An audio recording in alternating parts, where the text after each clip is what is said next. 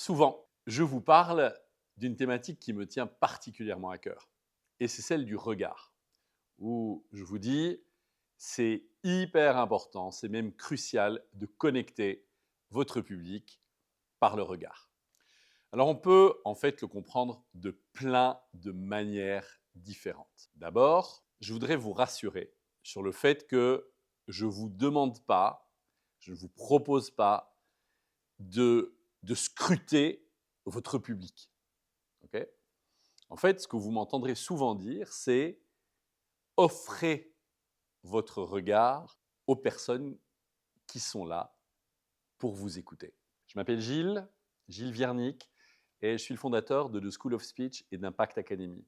Et ces outils-là, c'est exactement les outils que nous enseignons au sein de notre académie pour vous donner beaucoup plus de liberté lorsque vous vous exprimez en public et de vous apprendre justement tous ces outils, ces secrets, souvent bien gardés du monde de la scène, pouvoir le transposer à votre réalité, à vous qui prenez la parole en public de temps en temps, voire régulièrement, et qui peut-être est en grande souffrance chaque fois que vous vous exprimez en public. Je voudrais vous parler du cas où vous avez des gens devant vous, et on peut même imaginer que c'est une salle qui est importante, qui est une salle de théâtre, grande autour de vous, où, comme le veut le principe, c'est que vous êtes éclairé, que vous avez de la lumière sur vous, que vous avez des spots, que vous avez, vous avez de la lumière sur vous. Donc vous êtes particulièrement visible, c'est normal.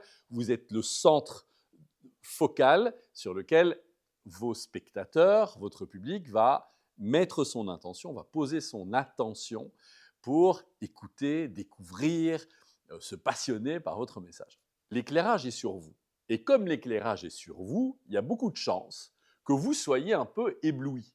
C'est ce qu'on appelle les feux de la rampe. C'est normal, vous voulez avoir de la visibilité, ben vous êtes visible. Mais la question est de savoir si vous pouvez voir votre public. Et la réponse à ça, bien souvent, c'est non, pas grand-chose. Alors très souvent, j'ai des gens qui font waouh, waouh, trop de lumière, trop de lumière. Bon, ça, il faut un peu s'habituer. C'est comme ça.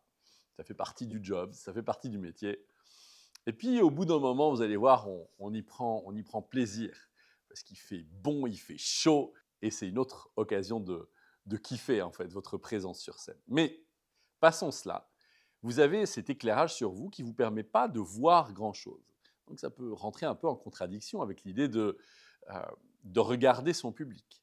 Donc entendez-moi bien, je ne vous dis pas tellement de regarder votre public, encore que c'est important de prendre le feedback non verbal de celui-ci.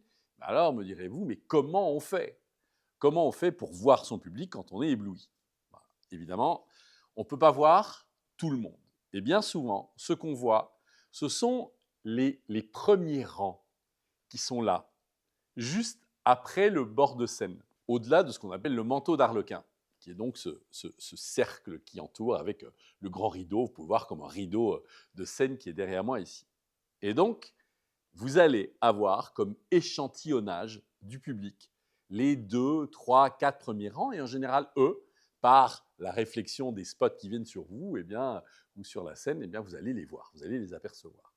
Et donc, vous pouvez évidemment utiliser ces 4 rangs de spectateurs comme un échantillon de ceux qui se trouvent au-delà. Et parfois, au-delà, c'est loin au-delà au parterre, et pourquoi pas, c'est même loin au-delà au balcon. Premier balcon, deuxième balcon, ce qu'on appelle le pigeonnier, là, le paradis, tout en haut. Donc ça peut être vraiment le fait d'avoir des spectateurs qui sont très éloignés. Je reviens sur la notion avec laquelle j'ai commencé. L'idée est pas tant de les regarder que d'offrir votre regard. Et pourquoi est-ce si important? Parce que dans le monde de la scène, vous savez, on considère que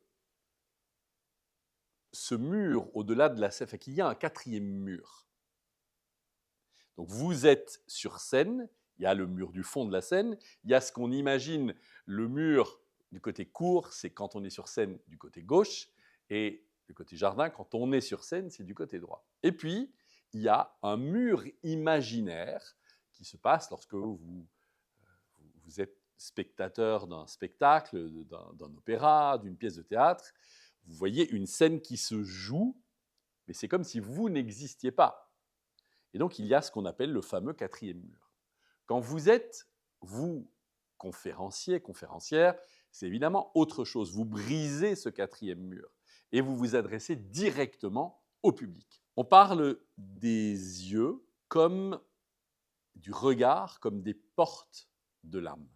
Et donc, c'est crucial que vos spectateurs puissent voir votre regard, puissent voir vos yeux. Parce qu'il y a un principe,